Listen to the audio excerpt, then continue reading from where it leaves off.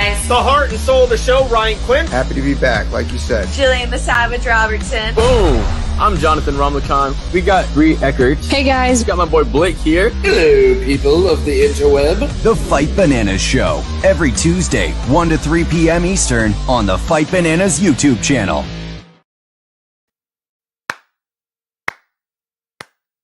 We're back. We're back.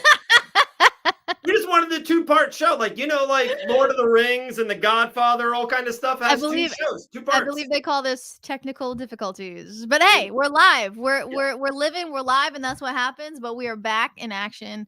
Thank you for joining us. Thank you for subscribing to the Fight Bananas YouTube page. Very excited to be back here once again. So where were we? Where were we? Oh, dude, we're actually on Facebook too. Okay, it's all good. It's all good. We're live. We're live. It doesn't matter. We're live. Listen, and for those that are joining right now onto Facebook, that I pressed both buttons, so that's on me. We were on the Fight Bananas YouTube channel, and we still are. So thank you for those who are on there. Yep. We had a slight malfunction, and we are restarting. So I highly encourage you to watch the first part. Yes, I highly encourage you to go over to the Fight Bananas YouTube channel and see the beautiful Elle Dawson joining in with David Van Auken earlier this morning, or this afternoon rather. Great talks about last weekend, this upcoming weekend, and I say, Dave, we pick up right where we left off. We were talking about the incredible card coming this weekend, the incredible switch-ups that were happening. Do you remember where we left off? Did you have a point you wanted to get to? I do, but Maddie, can you send me that link? Jillian's about to jump on, and she's like, dude, I can't get on. Yeah. Got you. So, yeah. Welcome to the live show. We're live. What's up, Dawson? Part 2. We're doing it. Also, a couple things, guys. We already have a guest for next week. We have UFC star JJ Aldrich coming on the show next week. Already coming on. We've had like 3 or 4 people trying to come on this week. We're like, guys, we got a big show. UFC 294 week. So much to get into. I was like, we really want to condense it. And we have 3 guests coming on this hour. So it is what it is. I love it. Dude, we were really getting into the Chimaev and Usman and what it meant for both people, but we got Gillian coming on here any second. Yeah. So since Gillian is joining in 10 minutes, before she gets here, I would love to touch upon this USADA nonsense. It's like we could probably do hours and hours and hours of this USADA nonsense that unfolded in the past week. So why are the UFC and the USADA parting ways? That is the question, right?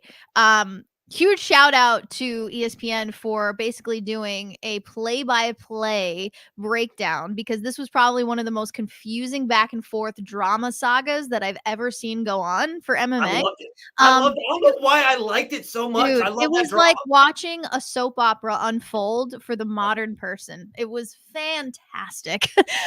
So basically the gist, right? It's like you got Conor McGregor going back into the USADA pool. Then you got USADA saying, well, yeah, he's back in, but we're pulling out because I guess the UFC hates us now. Then you got UFC turning around and being like, you're an absolute liar. We wanted to break up with you about a year ago, and now it's finally happening. I mean, it's just incredible to see how it's actually unfolding. Right. In your opinion, Dave, is it because of Conor?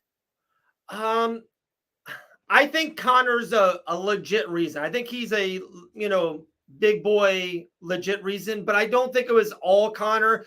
I think he was the last straw, like the last camel who broke the camel back, or last straw that broke the camel back. That's the analogy. But I just think, we'll ask Jillian here in 1 minute about this, but like I've heard from a lot of UFC fighters and friends and stuff, like there was a lot of things that USADA did that was just like, it sucked. Like you had to always tell them where you were. They would come to your house at 5:30 sometimes in the morning. Yeah. Like they're just like a lot of bullshit things. Like it's just a lot of BS stuff.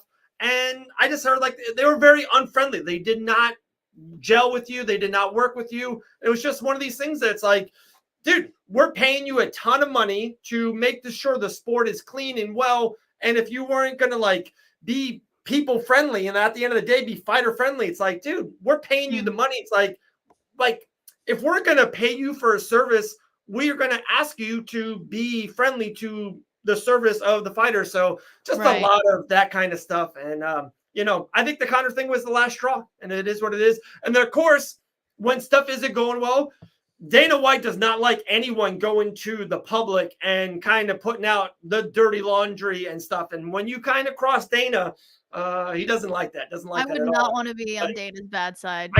I know. I kind of want to get G's take on it. Hell yeah. We'll definitely get in UFC 294. I think she's been tested multiple times by USADA. Just check out the Gun Show by Gillian the Savage Robertson. So let's get in Gillian the Savage Robertson. What's up, guys? What's up, girl? All natural, baby. Exactly. So yeah, we started touching upon this absolute nonsense that's going on with USADA, and then we're bringing in the new one. What are your thoughts? Just generalizing before we break into it, like when you heard that USADA was bye. I mean, what were your original thoughts? And I guess that just what's next for the UFC, like what are we doing moving forward? Because obviously drug testing is something that's very important in this sport. So it's the physical advantage you can get through using whatever. But I heard Dave saying a little bit about like how USADA was with the fighters, but I honestly have never had a bad experience with USADA. Okay. I always really I had the same girl come to my house for since I started with the UFC. So it's like we've almost built a relationship, my USADA lady and me. Like every time she'll come over, and it's literally like right after I pee every single time. So we end up hanging out for like 3 hours.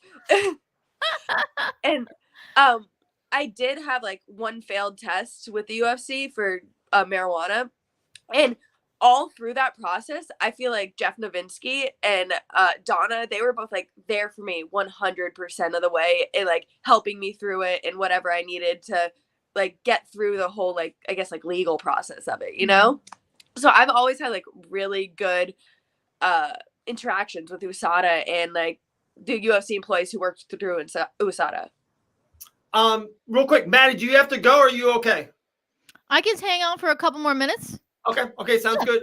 With that being said, G, like, has the UFC contacted you, or has contacted your management, or has talked to anyone in your circles or your friend circles about like, hey, this is what we're doing. I hear January 1st is that new. I had the name. It's like new. It's like a big 4 words, and it's this guy who's dealt with the FBI. I think he was the reason why we got Saddam Hussein or whatever. It's like, have you heard anything about what's happening on January 1st?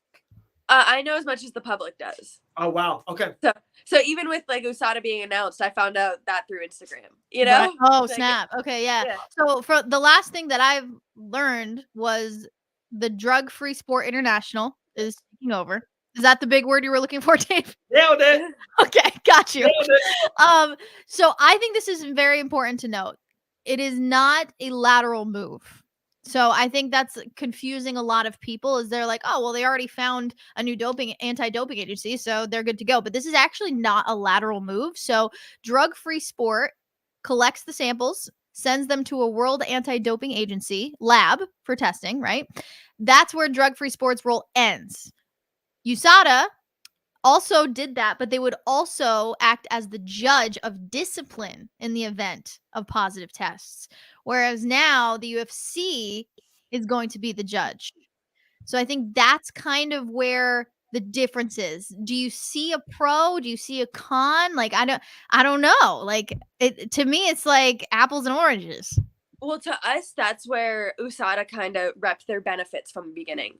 They're saying that because they're an outside body who's in charge of like the, I guess, like governing part of it, that say like in the NFL, if a huge player pops for something, they can kind of make his sentencing a little bit smaller than somebody else who doesn't make as much money. And I don't know, that's the way USADA explained it to us, and I feel like it's fair, So I guess that's the only worry coming in with this other drug testing company.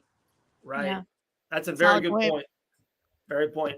Okay, so another thing I wanted to do before we get into our UFC 294 preview.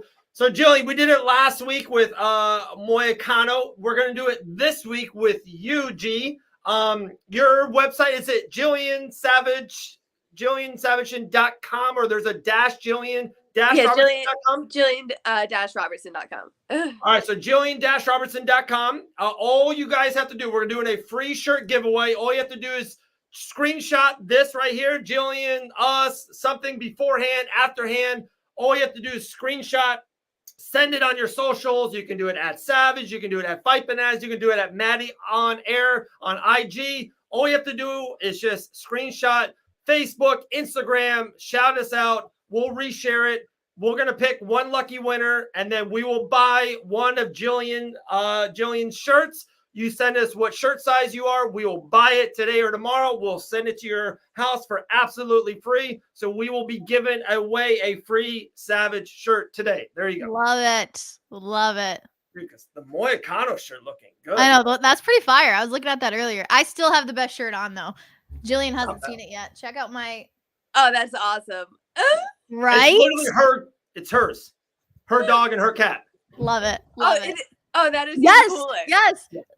Oh. What is this? Piper, Marley, Coco. Let's go. Let's Oh my go. gosh, I need a shirt like that. Right? That's what I'm saying. Facebook Marketplace. Get on it. Exactly. But on that note, I do have to bow out. So, Jillian, it was so nice to talk to you for a couple minutes. I hope to see you both next week. Always good to talk to you. I'm not going to cancel the live either, Dave. I'm going to let you press the button. Like Miss L. Dawson, all right? Hands off. All right, Maddie, you're the best. We'll talk to you soon, all right? Bye, guys. Later. All right, there we go. There was the great Maddie Levine. All right, guys, like I said, free shirt giveaway. Just, just send us something on socials. All right, here we go. UFC 294. We've been doing it for an hour and a half so far today so far. G, let's go right into it. Let's go. When you first saw when Charles Oliveira was out of this fight card and it was Alexander Volkanovski, I asked this question 3-4 times. What was your first take? Were you happy? Were you upset? Were you more excited for this fight card? When it was not Oliveira and it was Volkanovski, what was your take? So that morning I woke up to like 12 notifications on my phone. Just all ESPN. Just like this happened, this happened, this happened, this happened. Just so much happened in one night there. But I guess I don't know how I feel about it. I hate that Volk's taking it on short notice. That's definitely a thing where I'm like, I wish that he had obviously like a full camp time to prepare. You lost this fight the first time. I feel like Volk is kind of like a people's champ in some kind of way too, where it's like everybody wants to see him win. Like I really do want to see him pull it off, but I think with Makhachev's preparation, with him, it's just I feel like he is the better fighter, and Volkanovski will really need a full camp, a full way to get ready for someone like Makhachev. I agree, and like I brought this up earlier, and they Elle and Maddie both agree with me. Like, dude, Makhachev's been in Abu Dhabi. He's been training for this fight for 4 months. Like, this is going to be probably the best Makhachev you're going to get. And Volkanovski, he's coming off of a broken hand. He just had a baby, and he didn't have a baby, but as a husband who has been, done the baby thing, like there's been long nights. Like there's just no way he's 100%. And of course, the weight cut, and dude, you're going up in weight and all that. There's just no way he's going to be 100%. And I think this is just my take. I think he's going to be, I don't want to say reckless, G, but I think he's going to take chances because I think it's going to be harder for him to go all 25 minutes and all out and be like, hey, I'm going to have the cardio to win in the 5th round like he did in the first fight. So I think he is going to be a little, like, hey, I'm going to go for broke here, or I'm going to do go for it. And I think that's when like what Oliveira did to Makhachev, he kind of went for it. And that's when that's when Makhachev will get you in a submission where you do get caught in a submission you can't get out of. And I think Volkanovski might get caught early in this fight. It's like everyone thinks Makhachev's going to win via decision. I think Makhachev's going to win via submission in the first 9 minutes. I don't think it goes out of the second round. And like you said too, I feel like another thing that plays huge into it is 2 weeks notice in Abu Dhabi. Yes. Like, that the humidity there. It's just I fought there against Poliana Botello, and whenever I went out there for a full month, and I still feel like I was like just getting acclimated. The humidity is just absolutely unreal out there. I feel like you're just like breathing water in the air. That's so crazy. it's to get adjusted to that is just something huge in general to do on 2 weeks notice. For sure. All right, so that's the main event. What's your prediction? I go with Makhachev. I think he finishes it. I'm not sure when, but I think he finishes it. Okay, I love that. Co-main event now. So far the same thing. we had a lot of hot takes with Costa and Kazmat Chimaev, and now it's Kamaru Usman and Chimaev. Same thing. When you got all those notifications early in the morning, when you woke up around 5:30 or 5:20 a.m., what was your gut? What was your first take when you saw Usman is now fighting Chimaev? Not even the fight; it's now for the #1 contendership for the UFC middleweight championship. It's another thing where it's like it comes down to the time of it. I wish Kazmat had opponents who were prepared for him. I feel like he keeps on getting thrown these like short notices, like last minute switch ups with like Kevin Holland, like all these. It's kind of get thrown a bone, you know. He gets a full camp, and the other guy's coming in short notice. Where these are legit contenders too. So, I guess that's my only gripe with it. I think Kazmat does pull it off still. It's like one of those things we look back on it like years from now, and you look at Tapology, you're going to be like, wow, he beat Burns, he beat Usman, he beat Holland. And like, that's all you're going to see. But like, yeah, us living through it, you're like, oh, wait, he fought Holland on 9 hours notice. He fought Usman on 9 days notice. And the same thing I literally just watched Embedded right before we did this show. Chimaev's been over there for 2 weeks. He's been over there, and the same thing like you just said. He said, I've been over here. I've been breathing the air. He's been playing soccer. He's been running, been sweating. He looks phenomenal. He looks in really, really high peak shape. Because it's funny, like a lot of people think he's this Dagestanian wrestler and all that. But like his first couple fights in the UFC, like he wasn't really like ripped. Like he's kind of, like Khabib was sometimes never really chiseled out of stone like other, think of those high-end fighters. This time he looks like out of granite. He looks in phenomenal shape, especially being in 185. I can't wait to see him, on weigh-in day. It's tough for Usman. That is a tough, tall task. But what do you think? Same thing, kind of a little bit of a mini prediction. Where do you see this fight going? Does Usman have a legitimate chance of pulling off the upset? Maybe a decision. I don't see Usman being able to finish it in any way. But that being said, like obviously the time period that he's had to prepare isn't favoring him if he's going to a decision. And like, do you think seeing what Burns did to Chimaev can help Usman? Because one, they fought each other. One, Burns and Usman still to this day are good friends. They train at Cliff. Does that help them? Because that's the same training, coaches and Henry Hoof and all that nature. They've kind of went through that Chimaev. And I know it's only 9 days and all that nature, but does that give them a little bit like, okay, we've done this mountain before? It might give him a little bit of a step up. And also you don't know like what part Usman played in that Chimaev camp for Gilbert too. True, true. If he was a part of that camp, if he was maybe like mimicking Chimaev or learning about Chimaev back then as well. Right. And I feel like that would provide a huge benefit if it was something like that. Right. And it's so funny you said that. And Chael Sonnen said this a couple weeks ago about it was Usman has been calling for this fight for a little bit. Like he's been calling for Chimaev for a little bit. And the one reason why this fight's never happened, because Israel Adesanya was the champion. And everyone knew if Usman stepped up to middleweight, everyone knew the name is so big. He was such a welterweight champion for such a long time. Like everyone knew if this matchup with Chimaev and Usman stepped up, like they were going to be the #1 contendership. And Usman never wanted to fight Izzy for the championship. So such a crazy fight. By the way, dude, I love the hoodie. Like we are in, what is it? December 20th? What are we doing right now, Florida? It's freezing. It's crazy. It's so bad. I woke up this morning and I just have like a little house dress I put on to go walk my dogs in the morning. And I put it on. I walked outside. I was like, what the fuck? Yeah. I'm like, it's so bad. I'm not used to this. Same thing. So we get up early. I kind of like get up first. I get out. Like I bring my coffee to my car, and then a couple things I unlock it. I make sure the car is fine first before bringing out the kids to take them to school and everything. And I walk out. I'm like, what the hell is this? I'm like, nope, we are not ready. Like all the kids, I'm like, guys, nope, we have to change like pants, hoodies. I'm like, I have my hoodie with me right here. I'm like, we got to change everything. This is not happening. Crazy. I don't know. I'm like, today it just kind of hit me that when I'll be out in Toronto in January, it's gonna be cold. Yeah, crazy. Yeah, 297. That is nuts. And how funny is it that so Volkanovski is like all week so far in the media. I know it's only been a day or two. He's like, no, guys, I'm fighting on that card. Like, I'll be fine. Win, lose, or draw. I'll be fine. I'm fighting Ilia Topuria, and we'll see, unless he kind of breaks a hand or something, kind of goes really, really wrong. If not, it might be Max Holloway versus Taporia for the interim championship. It would be crazy, but I'm down for both of those. I don't I care know. who steps in. I'm like, if it's Volk or if it's Max, I'm like, that's going to be a firefight. Great fight. That is a great main event to start off the year in Canada, Toronto. And I think the rumored co-main event, I do think, is that Arnold Allen versus Mosarv fight. That's a really kicking fight. I love that fight as well. So 2 great fights on the main card.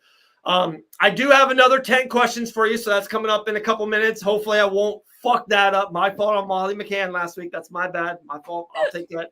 So I got another one for you. It's right here. There it is. That's your mystery question. One more for you on UFC 294. It's so funny. It's been like I said, an hour and a half. And this fighter in this fight hasn't been talked about because it is all Volkanovski. It's all Makhachev. It's all Usman and Chimaev. But last December, this guy hasn't fought at all in 2023. 2022, he was the main event. Everyone thought he was going to be the next UFC light heavyweight championship, Megamon and Kalaev. Everyone thought he won that fight. It was a draw against Blachowicz. He's fighting Johnny Walker, who's won 2 fights in a row. He's kind of got really good positive momentum right now. It's like this fight is going super underneath the radar.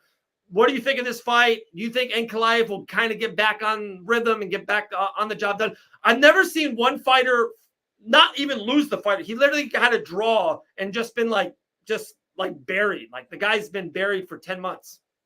Yeah, I do think Ankalaev has what it takes to be able to get the win out of that. I feel like Walker's a little bit, I guess, his flashiness won't help him here when it comes to wrestling. Like I feel like Ankalaev is going to be able to get in, and I think it's a dominant victory for him.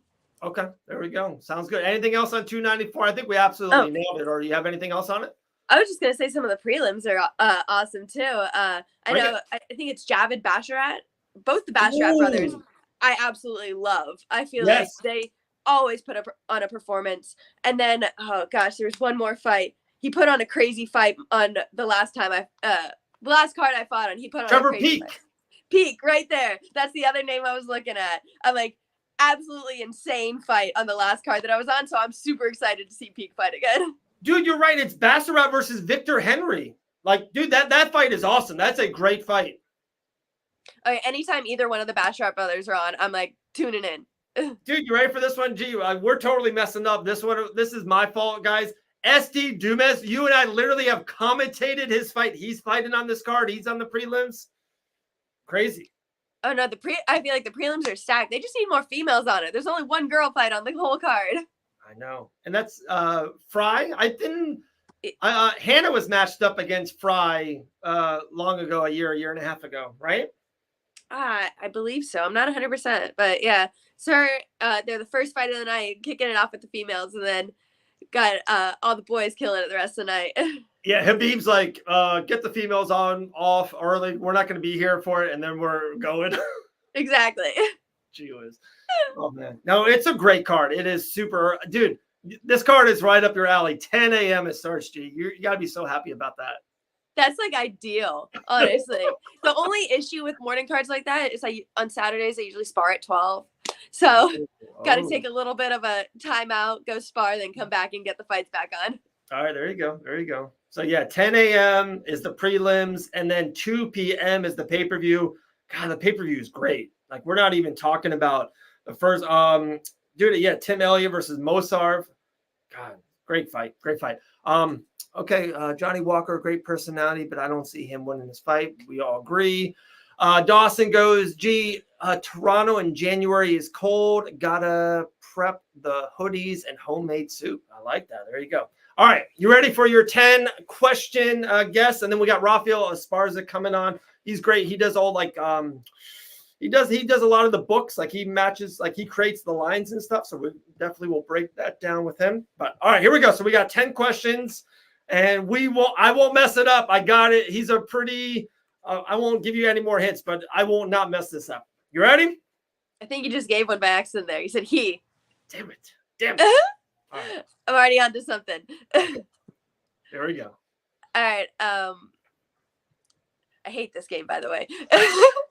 So we got to do it every week. By the way, guys, a free shirt giveaway. Just take a screenshot, take a picture of us watching this, and put it on your socials. Tag Gillian, tag myself, tag Fight Bananas. We'll see it, and then we'll pick a winner. send us the shirt size and we'll buy it at Gillian./Robertson.com. We'll buy a Savage shirt and we'll send it straight to your doorstep for absolutely free, a free shirt giveaway. And then next week, I will be wearing my shirt that I bought months ago when it first came out. Of course, I'll be wearing Gillian's shirt next Tuesday on the Fight Banana Show Live. All right, here we go.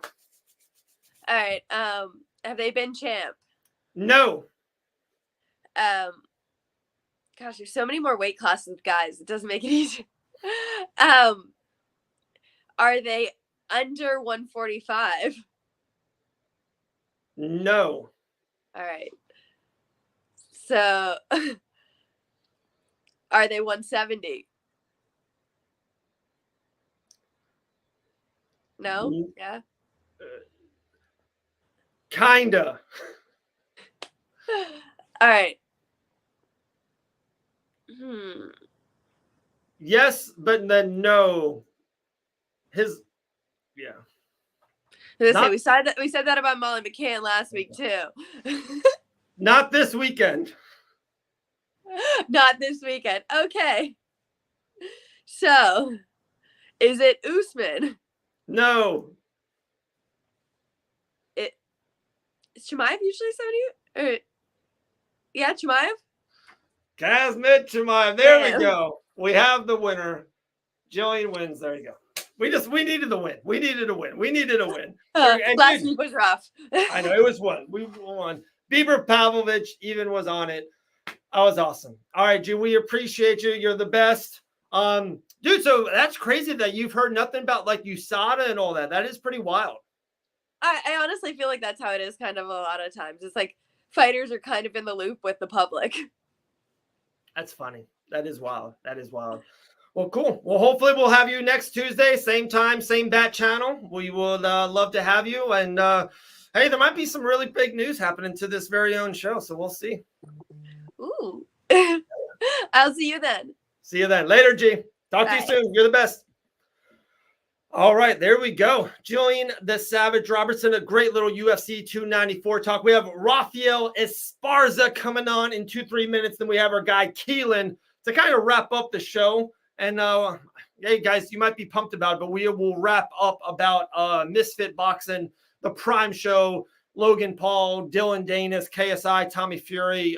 Looked like Jake Paul just had a fight. He says he's coming back December 15th. So that's at the end of the show. Guys, next week, we already have our first guest. JJ Aldrich is coming on next week. Of course, we'll have myself, Maddie Levine, L. Dawson coming on the show. Looks like Gillian the Savage Robertson back on at 2:10. Guys, UFC 294, you see at the very bottom right there. Special showtime, 10 a.m. is the prelims. SD Dumas, Pensacola's own. Man, a lot of showtime, a lot of love for him. I think I've commentated 2-3 of his fights. Just saw him a couple weeks ago at Island Fights 80, commentating out there with PG Pearl Gonzalez. Always great to see our guy SD Dumas. At the bottom, you can see the ticker there. Chimaev and Usman is the co-main event, headlined by Alexander Volkanovski and Islam Makhachev. Let me make sure our guy Rafa's got this nice link. Yep, he does. All right, he's coming on right here in this minute. Let me take a couple buttons. And then, guys, also, by the way, Game Bred Bare Knuckle MMA. That is December 10th in Biloxi, Mississippi. Tickets are on sale right now. Yeah, right now. Go to Ticketmaster.com or go on your iPhone or your smartphone. Go to Ticketmaster. Go on the app. Get your tickets. 12 exciting fights. Alan Belcher, Roy Nelson in the heavyweight main event. Link is not working. All right, let me get you another link, Ruff. We had technical difficulties. Boom, boom. Look at this. We're live, guys. Nothing you can, there we go. What can you do, What can you do? Boom, boom, boom, boom. What we got a comment? What we got? Game Bred. Let me see. Roy Nelson, L. Bencher. What you got for us, Dawson? Roy Nelson versus Alan Belcher going to be a banger. Dude, it's going to be unreal, guys. It's bare knuckle MMA. That's what people don't like. They can do leg kicks, calf kicks, Muay Thai they can do in the clinch. There can be submissions, and then of course they can just bang it out. It can be a boxing affair. Is bare knuckle MMA. Alan Belcher and Roy Nelson. Are you kidding me, guys? Alex the Spartan Nicholson versus Dylan Kleckler. Randy Costa versus Jason Knight. Dude, Jason Knight just had one of the great fights in tough history. He's back on the card. Insane. So Rafael Esparza is just about to join the show. Can't wait to talk to him, guys. A lot of crazy betting lines. UFC 294 was not supposed to be Makhachev and Volkanovski. It was not supposed to be Chimaev and Usman. What are the betting markets doing? So that's what we're going to get into. I think a simple parlay would be Chimaev and Makhachev. Let's see what our guy Rafael Esparza thinks. My man, how are you, Raf? What's going on? How you doing, brother? Hey, look at that. We sent you 9 links. I appreciate you coming on the show, brother.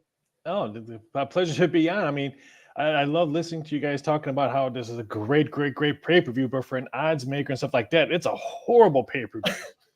That's what I wanted to hear. There we go. Let's get into it right away. I've asked this question 4 times already. When that night happened, I think it was Tuesday night, the MMA world turned around. Oliveira had a third eye. What did you guys do right away? And when the news was happening, it was Volkanovski. What was the opening line? Did you guys go to last year in February's line? What was you guys' first take on everything? We didn't go to last year's line just because of how much a disparity this is for pretty much almost all the fights. If you kind of look at, there's one fight that's minus 145 or less. Everything else is $2, $5, $3. And you guys talked about it. I mean, how much training have these substitutes? I'm calling them substitutes, even though their names are big pay-per-view names. But let's face it, they're substitutes in this main event. So yeah, I mean, I feel bad for Volk. I mean, he just had a baby. I mean, so, and he's broken hand too a couple months ago. Yeah, and his hand. So I mean, and the time slot. Me and you've had this conversation. Abu Dhabi betting numbers for us. We don't get that much action. It's the heart of college football in that time frame. I mean, no disrespect to all the MMA nuts who love your show and watch your show, but when you have college football on in the same time frame as MMA, it's not going to get that much betting action. Ask AEW, who has their horrible Saturday wrestling show, on how much their ratings have tanked because they're going against prime time 6 o'clock, 7 o'clock, 8 o'clock college football. I don't understand. Sometimes UFC puts the UFC 290s and stuff like that on weird time slots. Here's another weird one. I know Abu Dhabi, they get a lot of money through them coming in through the gate and stuff like that. But for a betting perspective, for us, it doesn't work. All right, that's I have like 9 things for you, but a great question from our guy Dawson. What's the biggest adjustment odds makers have to make when fights keep on changing, like a UFC 294? Normally money is coming in. I mean, we refund all the old fights and stuff like that. And then we just look at how much training, we try to get as much information as possible. And the replacement right away, we're already thinking, okay, the favorite's going to be minus $5 just because we don't know what the replacement is. And that's how we kind of ballpark finger. And then we'll do our research and then we'll call around, see what other odds makers are doing, or maybe they've got more information than we got and stuff like that. Then we all corroborate, and then we all kind of like, okay, I'm gonna put up minus 250. You're gonna put up minus 2, because right when you know as a sports book what's your clientele like. Is your clientele all Volkanovski? If that's the case, well, I'm not gonna make it that high because I'm automatically gonna give Volkanovski money. If it's the favorite, if you're a sports book that just better just bet favorites, and it doesn't matter, boxing, MMA, bare knuckle, whatever, college football. If you're a favorite book, then of course we're gonna shade the favorite a little bit higher because everyone comes here and bets the favorite. Wow. That's very, very good inside information right there. Are you more surprised? Were you, as a odds maker, did you think Volkanovski was going to get it right away? And with Usman, kind of my question is, were you surprised at all that Usman got the co-main event spot against Chimaev, or were you surprised at all that Volkanovski got the main event spot against Makhachev? I've heard from 2 sources that they wanted these 2 for names and names only. I mean, if you're going to sell a pay-per-view, again, in a time slot, and you want to get viewers that buy it, watch it, there's no 2 bigger names. I'm sorry. I mean, no disrespect to anybody else, but Volkanovski, we all know what happened in the first fight. Usman, we all know about his track history and stuff like that in the octagon. So if you're going to sell a pay-per-view in a weird time spot, you get names. No disrespect to any of other fighters in there, but you get names to bring it in, and I think that's what they did. Again, feel horribly bad about Volkanovski. When I heard the rumors, I'm like, please don't be true. I mean, because I forgot. I just found out that he had a baby. I was just talking in my head about his hand. I'm like, how healthy is his hand and how healthy is his cardio? His cardio is like key to all his fights. So I agree with you. I signed in right when you were talking about there's no way this fight goes a distance. There's no absolutely way that Volkanovski is going a distance. I think he's going to be, like I said, I use the word. It's probably not the proper word because I don't think Volkanovski is reckless. I just think he's going to go out for broke very early, very quick, especially that first round, that second round. And I think that's when Makhachev is at his best. I think Makhachev he's going to see an opportunity that Volkanovski's really going to go for it. I told Gillian, and Gillian kind of agreed with me. I got the under on this main event fight. Where is that market right now in the over-under in the main event? Bettors right away were betting kind of the over because I think they're thinking of history. They're not thinking of the now. So I think once people realize it in the now, and we may see a lot during the weigh-in, we might see, okay, what does Volkanovski's weight look like? Is he chiseled? Is he got a little baby bod body because he's been at home sleeping weird times, not doing so much after the hand surgery. So we're going to know a lot during the weigh-in. Right now, the over-under is 3.5. The over is -$2. One sportsbook, DraftKings, has 4.5. I think we're going to see more 4.5 than 3.5, just because I think the betting public is going to realize this one's going to go to distance. It was great last time. They're going to play this fun, and this is two. Volkanovski's the live dog shot. No, he isn't. Right. Well, at least let me rephrase that. I hope he is, because we're going to need him at the end of the day. Right. Is there how about the same thing with the Usman Chimaev? Where's that looking on over unders in that co-main event?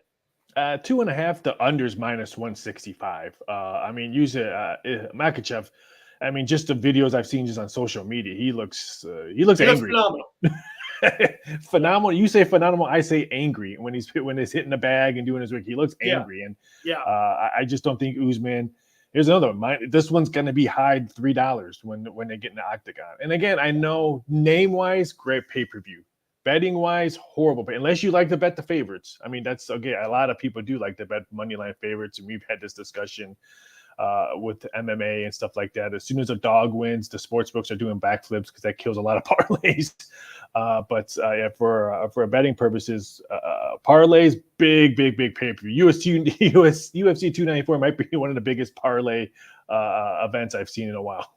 Wow. Yeah, I could see a Makhachev Chimaev parlay all day long, right, guys, in this co-main event. I could just Ankalaev, don't forget, throw him. I mean, because I don't think Johnny Walker has a shot. Even though I always cheer for Johnny Walker, because if he wins, I always have a shot of Johnny Walker blew it for his victory. It's funny. So I just talked to Jill, and this is the fight that's to me being really overlooked. Ankalaev was in the main event of December's pay-per-view just 10 months ago.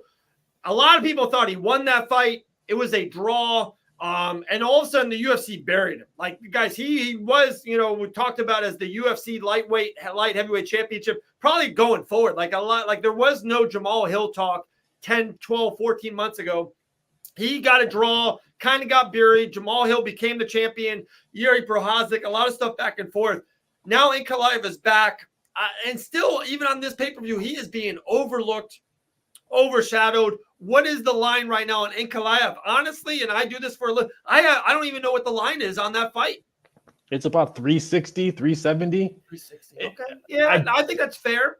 I don't see $4 coming up because I think some Johnny Walker money will come in. Nothing big to maybe make it down. But I think some people, because he's won his last 2 fights. Yeah. So I think people are gonna. He's got pop. He does have pop. Yeah, I mean, ever since his breakdancing move where he blew his knee, he's been a totally different fighter. But is he a live dog? Yes, but again, big. We're gonna be big Johnny. We're gonna be big dog fans. The whole UFC 294. Yeah, for sure. You know that we always love doing that. Wednesday night on Ben and Bananas, we always love doing underdogs. What is there an underdog on this fight card, on the prelims or on the main card that you're like, hey, this has got a sneaky underdog feel to it on this fight card? Is there something that has been getting action lately that you're seeing, or something that you have a feel on? I'm totally blown away that Victor Henry. I know he's facing a brother, Yep. and you never want to bet brothers in a fight in anything, boxing, basketball. You never want to bet against brothers on the courts. But really, you're getting plus 350, 4-1 on Victor Henry. That seems way. I understand Javier Bassett being the favorite, totally, but that high. I mean, what is one fighting week? One can only use his right hand, and the other fighter can use both hands. I mean, I don't understand. That's a big number. I agree. All right, is there a crazy prop on UFC 294? Is there something going forward? Well, I love talking to you about any kind of futuristic something here in the UFC, or at the end of the year, or something with Conor McGregor, the biggest name in our sport. Is there something wild that you would love to bring to the audience here? I'm probably going to do an over/under how many fighters will win if the ending in V as their last name, because there's 8 of them fighting. So I'm going to work on something. You know me, stupid like that. 6.5. Yeah, probably be 6, and the over be like minus probably 160, minus 180. That's a good one. That's a good one. A 6.5 with a V. Yeah, we'll probably do, but I have some counter ones coming up, stuff like that. With the new drug policy, that's kind of really crazy and put a big hole. But I'm sure I'm going to put up who will Usman fight next if he loses, who would Chesney, all those fights that that I'll put up. So actually Saturday night when all these fights end is when I'll probably be busy. I no disrespect to UFC 294, but I can guarantee you I'll have sound on college football, and this will be on the background. Maybe the main event and co-main event, I'll switch it. But like I said, I have a feeling the dogs will be sleeping all day Saturday in Abu Dhabi. So I'll just listen, because I just don't see that many dogs barking on Saturday. Don't tell the bosses because they'll be mad at me. Hey, you never know. Sean Strickland shocked the world around 7 weeks ago, so you never know. Not really. Money wise or visual wise, yes. Betting wise, no. The betting style I thought was really weird for that fight. So we didn't get that much action, which we thought. And I think people, MMA experts were kind of like, oh, this is a kind of a weird fight style. Some fight styles just don't mix. And the way Strickland fights, that's a totally different fight style than what Israel is used to and stuff like that. I mean, Strickland would be a fantastic boxer. He's almost got that Mayweather defense first, offense second kind of mentality. And I can see why Strickland wins a lot of his fights, not because he's the better fighter, is his fighting style. Right. And this will be a great transition. We got our guy Keelan coming on around 3-4 minutes.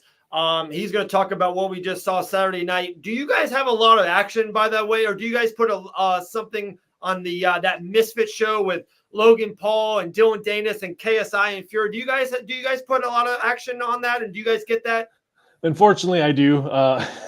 Some of those fights are entertaining, and some of those fights, like Jake Paul, you can tell he's been training for boxing for a couple years. Right. I mean, if you watch his last fight, when's the last time you've seen any misfit fighter jab to the body as much as Jake Paul? And if you watch boxing a lot like I do, that's, he jabbed to the body to bring the guard down and stuff like that. He was doing that the whole fight. I was really impressed on his cardio and how he was in the ring. Logan totally he's got his mindset on WWE and stuff like that, so you could totally mix. But yeah, some of those misfits especially in Europe and all that, which I know a lot of odds makers up in Europe that I help out for the misfits, they make buku bucks on misfits boxing, especially the females. The female boxers up there, they bank.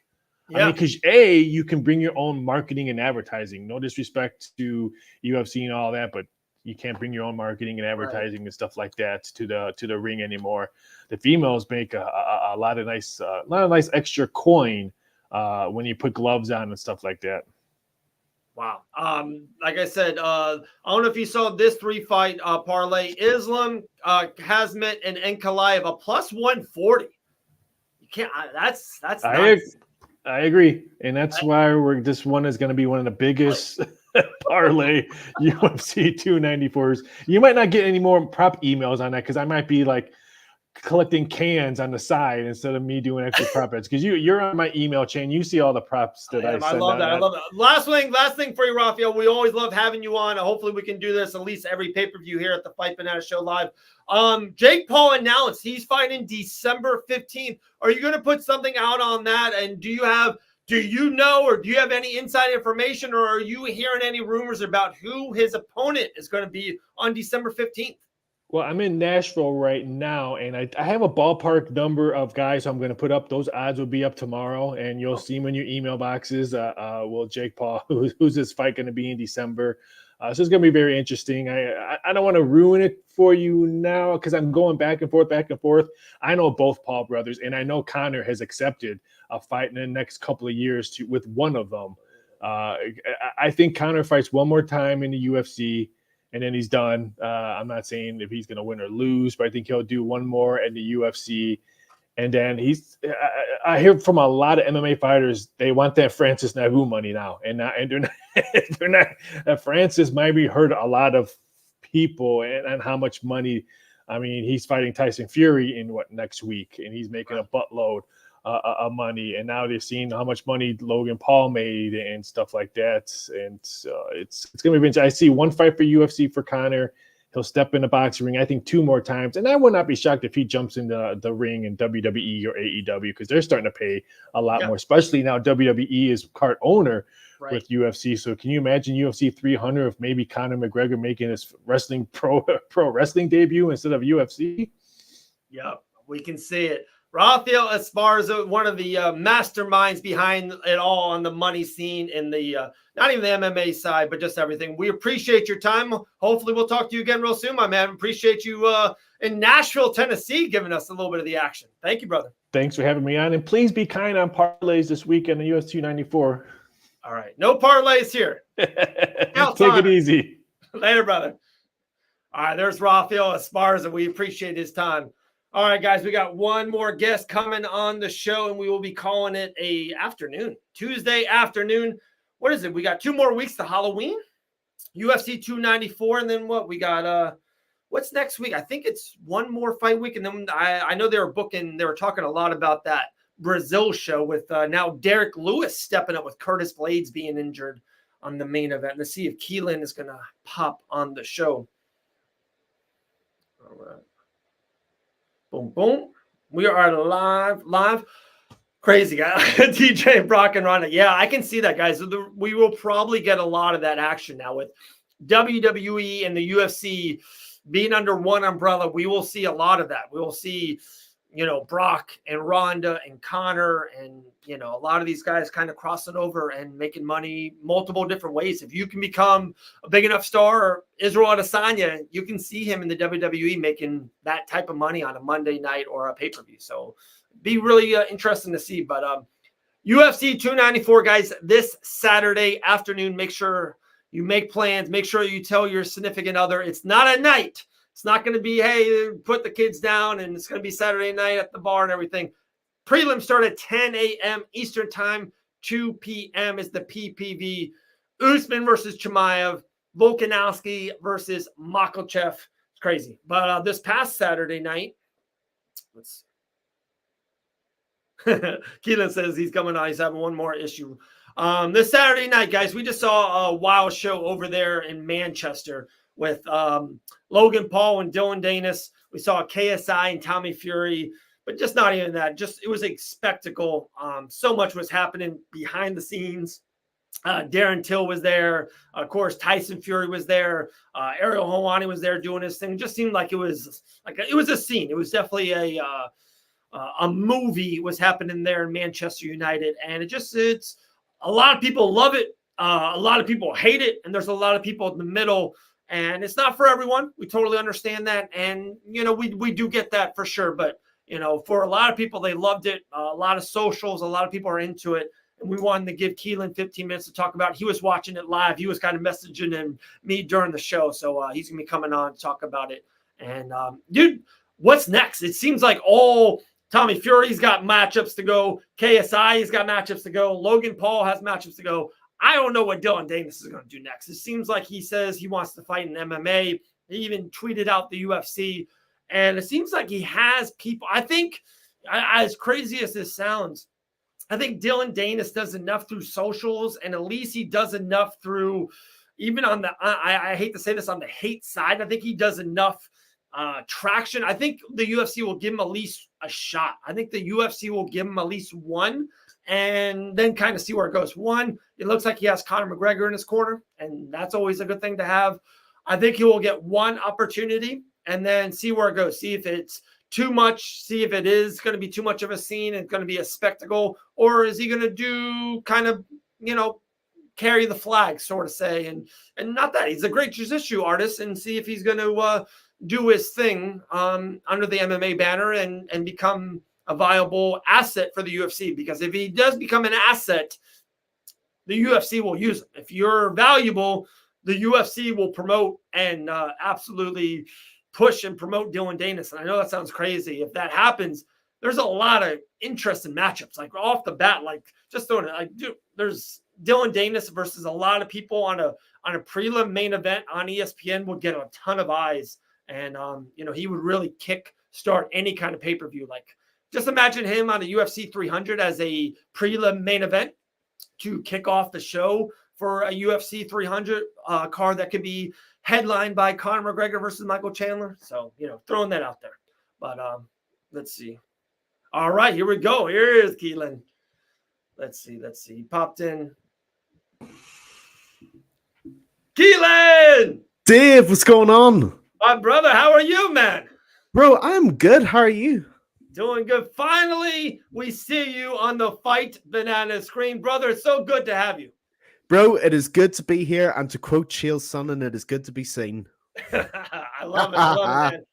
You look awesome. All right, let's get right into it, brother. I was just kind of going off, about Dylan Danis and what his next move can be. What do you think? Let's start with that. What do you think Dylan Danis would do next? Well, this is a great question, Dave. And obviously, it's been a huge topic of discussion with everybody, with us in the fight community since the weekend. I got to be honest, I don't see where Dylan Danis goes from here. My big problem with this is, on one level, he sold the fight brilliantly. We can't debate this. He sold it better than anybody on the card. Whether he went too far over the line, whether he didn't. Eyes were on the card, and the card did 1.3 million pay-per-view buys because of Dylan Danis, mostly, to be fair. He deserves a lot of credit for that. The problem is that when you are a legitimate MMA competitor, as Dylan Danis is, and then you barely throw a single punch, that's a big problem. That's a big problem to everybody. And it ruins your legitimacy as a fighter when you not only you talk as much as you do against Logan Paul, but then you allow Logan Paul to completely punch bag you when millions of eyes are on you. It's really hard to see where he goes from here, if I'm honest. And there's a lot of issues with this. On the one hand, actually, I've got to give a shout out on my first appearance here on the Fight Banana show.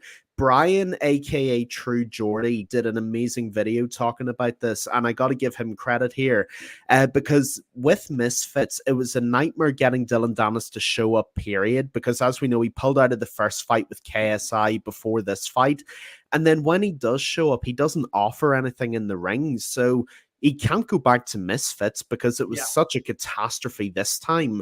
Yeah. And then I know Dylan Danis said he has aspirations of being in the UFC, but he won't even fight in Bellator. I mean, he hasn't fought in about 3 or 4 years, and the 2 fighters he did fight were very, very poor. So truthfully, Dave, and I can't lie to you, I don't see who takes Dylan Danis on. I really don't. It's funny you say that, and it's funny on a huge UFC 294 week where you are giving Dylan Danis a lot of time. But this is what we're going to talk about. And we did we've been over live for 2 hours, and I did want to go here with you. And this is what we were talking about. Mm-hmm. I do think the UFC will give him one chance. I really do. And it's crazy to say that. Nina, who's really, really close with the UFC, with her socials, and seems like her and Dana has a great relationship, and she's really pushing for Dylan. I think what you just said, he was a huge reason, a major reason, 75% per reason why they did maybe over 1 million buys. It's $60 a pop. my point is, if Dylan is on the prelim main event of a UFC 300, maybe the same card that Conor McGregor's headlining against Michael Chandler, like if they give him that opportunity, against a Terrence McKinney or maybe against a young stud that they want to push and promote on their side, and honestly, maybe they want to elevate the other kid. You know what I mean? They would maybe like to get the eyes, and if Dylan will get the eyes on, and he's headlining the ESPN prelim, I think they'll give him that opportunity. And that's one time. And one, if he does everything, and even if he wins, lose, or draws, and if he fights good and gets the eyes, maybe they'll give him a second time. But one, of course, we all know if he misses weight or if he pulls out, that's it. They pull the cord and they never do it again. But I think they give him one try. Numbers don't lie. 1.3 million. If I think if the UFC sees that, and with Conor McGregor in your corner, it's one of those things. I think he gets one opportunity. No, listen, Dave, it's a great point, and I think it could definitely almost be like a CM Punk type deal where it's so big and it's so show business that it makes such little sense that it almost does make sense, if you see where I'm coming from. So yeah, definitely, I think it could make sense in that way, and I could definitely see it being for a guy like a Terrence McKinney or a kid who's really on the up and up, who you're trying to get eyes on and build into a star. So yeah, in that way, I could definitely see it, and that way, if Dylan Dennis embarrasses himself again, there's no real risk, because we've already seen him bottom out, so you're really getting him on a low risk, high reward potential. So yeah, from a business sense, it could make sense in that way. I could see them doing that. Very good. All right. That's the other side of it was Logan Paul. He won the fight. Some people weren't happy that he didn't maybe turn on the gas, so say, to really put Dylan out. What did you think of Logan Paul, and what do you think is next for Logan Paul? Yeah, so as far as Logan Paul goes, this was a bit of a letdown in a very different way. Obviously, Logan was much more mature and composed throughout the week, which kind of surprised me because we've seen Logan Paul and what he's like over the years, so it was very interesting. As far as the fight goes, I thought the technique was very sloppy. You could see bouts of rage flashing in Logan. You could see some of the hands that he was really throwing when he had Dylan backed up into the corner. Technique was pretty poor, but I don't expect him to be a professional standard anyway. It's Logan Paul at the end of the day.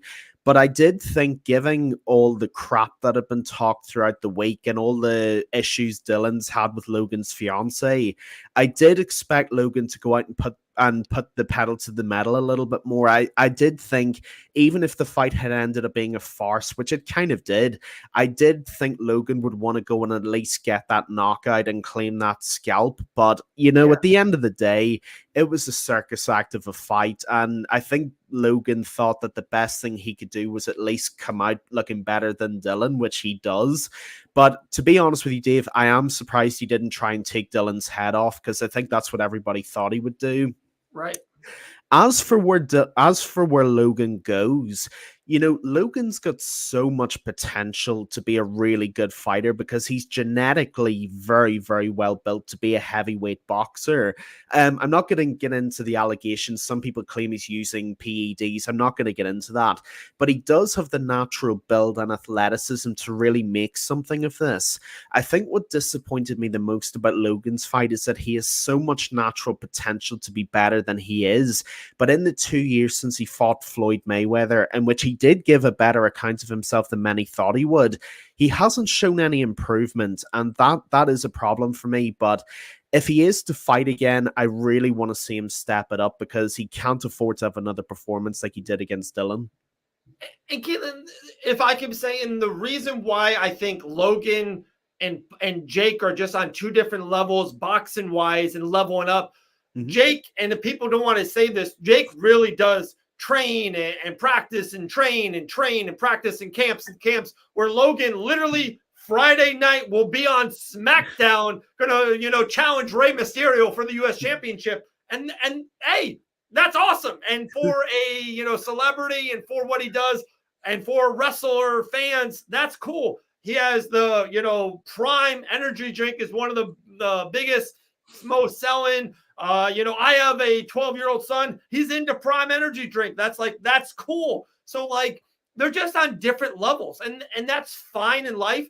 But Jake is about it. Like, Jake is really trying to do the boxing thing where Jake, I think, could fight Conor McGregor in a boxing fight and win. And Jake could fight, A, B, and C, whoever, all these names, and win.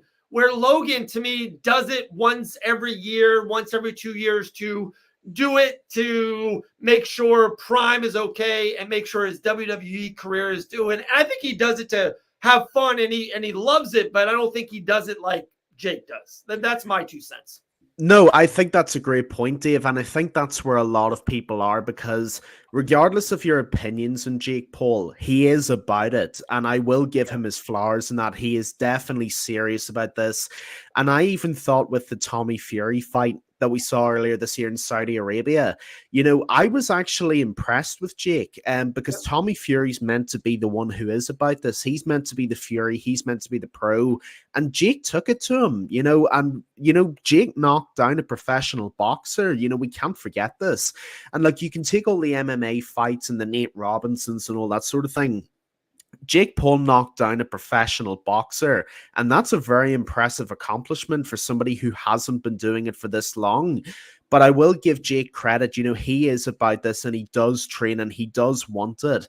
And as someone who's an avid combat sports fan, I'll always give people credit when they are about it and they do train hard. As for Logan, you can tell that this isn't for him. He's a brilliant businessman. He's got his own thing going on. But like you said, this is much more like a yearly, bi-yearly thing for him, where he just does it to be there more than anything else. Right. He's got his businesses. He's got WWE, where he's doing a brilliant job. Credit to him. He's a phenomenal athlete. But yeah, the difference between the two Paul brothers is very apparent to see. And even someone who's not a combat sports fan, they can see it as clearly as we could. Absolutely. Keelan, 2 more things for you, and then we will run. Guys, make sure, free shirt giveaway, guys. Just make sure you tag us. Take a picture. You can tag Keelan. You can tag myself, Fight Bananas, Gillian the Savage Robertson. We are giving away a free Savage shirt, Gillian-Robertson.com. Well, free shirt size. Just put it in the DM, and we'll get it to you guys. Free shirt giveaway. Main event, Fury versus KSI. A little bit of... I don't want to say controversy. KSI really thinks he won that fight. If you watch the fight, I think it's pretty, I don't want to say obvious. I think Fury won that fight. What do you think of the main event? And where do you think of Fury and KSI? And then let's ask 294 question for you. Yeah, absolutely. So as far as the main event goes, kind of played out exactly how I thought it would, very traditional, conventional boxer against a guy who is anything but. We have London shoot fighter style without the MMA bit, which is very weird to see, obviously, if you know Michael Venom Page or any of the guys that train there. As far as the fight goes, I actually had it more towards a draw. I thought KSI won the first 3 rounds, and then I think Tommy did start to take over towards the end. But I don't know that I can say that one guy was definitively enough better than the other to say that, oh, this is a robbery or this is the wrong decision. I do think, though, and I will give you this, I think Tommy Fury comes out of this looking terribly bad, if I'm honest with you, because Tommy's a professional boxer. Like in the Jake Paul fight, Tommy claimed this wouldn't go 2 rounds. Then he claimed it wouldn't go 3 rounds. And now we're talking about a controversial decision where he could potentially have lost it. And if you're Tommy Fury, that is a worrying thought because, Tommy's been training since he was like 5 years old. Right. KSI, I'm a KSI fan. I grew up watching KSI when he was playing FIFA. And this guy only started taking this seriously like 3-4 years ago. And to be in a position where you have to rely on a decision against a YouTuber, it's a bad look for Tommy Fury. And the problem with Tommy Fury is, yes, you may have won this battle, but if you're going to take this seriously and go into the cruiserweight rankings of the WBC, the WBA, the IBF, nobody's going to take you seriously because you fought 2 YouTubers. You should have lost to one of them in Jake Paul, and you just about beat the other one who was relying on an overhand right. So it's a weird dynamic and it's a weird situation. But as far as Tommy Fury goes, this will be more difficult for him to navigate than he thinks because a lot of people want the Vidal-Riley fight, which I would love to see. I think that would be a really, really good fight. And I think Vidal might actually win that as well.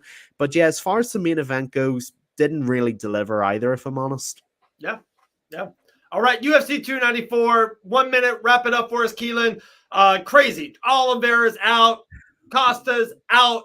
It seems like everyone's more excited. Seems like everyone's more pumped about these matchups. Usman, Chimaev in the Volkanovski and Makhachev in the main event in a classic rematch of maybe the fight of the year. Give us this 1 minute synopsis, kind of a preview of at least yourself on UFC 294. Ladies and gentlemen, we have ended up with a better main and co-main than we started with, and only the UFC manages to do this.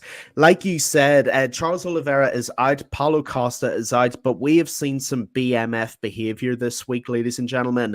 Kamaru Usman moving up a weight class to face the boogeyman at 185. Winner potentially gets a title shot. If Kamaru Usman pulls this off, what a second lease of life this is. Alexander Volkanovski currently weighs 181 pounds and he took the fight anyway. He wants to cut 26 pounds in a week to face his greatest foe in a rematch in enemy territory in Abu Dhabi. Dave, it doesn't get any better than this as a fight fan. And being where I'm from, I get to watch it prime time. I'm loving this. I'm the biggest winner out of this. I'm not going to lie to anybody. But no, this is what I love about this fight, and I'll give you 30 seconds of this before we go. This is what being a champion in a BMF is all about. Being willing to face the best and test yourself against the best. No matter who wins, no matter who loses, all four fighters win. The fans win, the UFC wins, and combat sports wins. Watch UFC 294 Saturday night live from Abu Dhabi, United Arab Emirates. I love it, man. You should be doing this for a living, Keelan. I like that. All right. I wish. Soon. I like keep it rolling. We're gonna go here, but we're gonna go. You're a guest, so we have a game that we do on this show. So we're gonna do the game with you, of course. Okay. This is a yes or no game. I have a UFC fighter behind this card. You have 10 questions to guess this fighter, and if you guess it, you're gonna win $5 billion. Okay. Oh God. Okay. Maybe a little bit less, but you will win the game. Are you I'm ready? about to have Donald Trump money. So you ask away any questions, you get 10 guesses. Okay. So does this fighter fight at welterweight or below? Yes. Is this fighter American? No. Ooh. Is this fighter currently a champion? Yes. Is this fighter Islam Makhachev? No. Oh boy. Okay. Is this fighter on the UFC 294 card? Yes. Oh, okay. Is it Alexander Volkanovski? $5 billion. Keelan, Yeah. There we go. Come on. There we go. You're on the winning side. Keelan, man, we appreciate it. We got to do this a lot more. Every Tuesday, Fight Banana Show live. We already have JJ Aldridge coming on next week. We have a free shirt giveaway going on right now for Gillian the Savage Robertson. Keelan, man, appreciate your time. Hopefully we'll see you very, very soon. Any last thing? Give us your socials. Spit out something that you got going on. Yeah, so I got a lot of stuff going on here, there, and everywhere, working with Dave and the guys at Fight Bananas, putting out that content, making it happen. I'll be covering UFC 294 this weekend across all my socials with Fight Bananas. We got big things coming on. We are always cooking. We always got something coming, and there are big things coming soon. So, Dave, pleasure. Thank you for finally having me on. We got to do this a lot more. I've enjoyed this. And yeah, thank you for having me on. Absolutely, brother. Thank you, brother. We'll talk to you soon. All right, Key? Take care, Dave. Thanks, everyone. Later, man. All right, there we go, guys. The Fight Banana Show live. Hey, this is the second part because the first part, we had a little technical difficulties. We cut it in half, but we are rolling out. Hopefully, you guys enjoyed it. Thank you so much to the Ruthless L. Dawson, Maddie Levine, Gillian the Savage Robertson, Rafael Esparza, and our main man, Keelan. That was a great show. Guys, again, the prelims start at 10 a.m. Eastern. The main card starts at 2 p.m. UFC 294, Volkanovski, Makhachev. Usman versus Chimaev, and then a sleeper, Nkalaev versus Johnny Walker. I'm Dave Van Auken. Hopefully you enjoyed the show. I told you a free Gillian the Savage shirt giveaway. All you have to do is screenshot myself, anything that you watch the show, a rerun of it, Facebook, YouTube, anything of it, just put it on your socials, tag myself, tag Fight Bananas, tag Gillian the Savage Robertson, let us know your shirt size, and we will send a free Gillian the Savage Robertson shirt to your doorstep. Just tell us what your size you are. All right, guys, we'll see you next Tuesday, 1 p.m. Eastern time, right here on the Fight Bananas The channel. moment Later. has arrived. The red light is on. I'm sorry. I'm Dave Van Auken. Maddie Levine here. Ruthless One, Elle Dawson. Hey guys. The heart and soul of the show, Ryan Quinn. Happy to be back, like you said. Gillian the Savage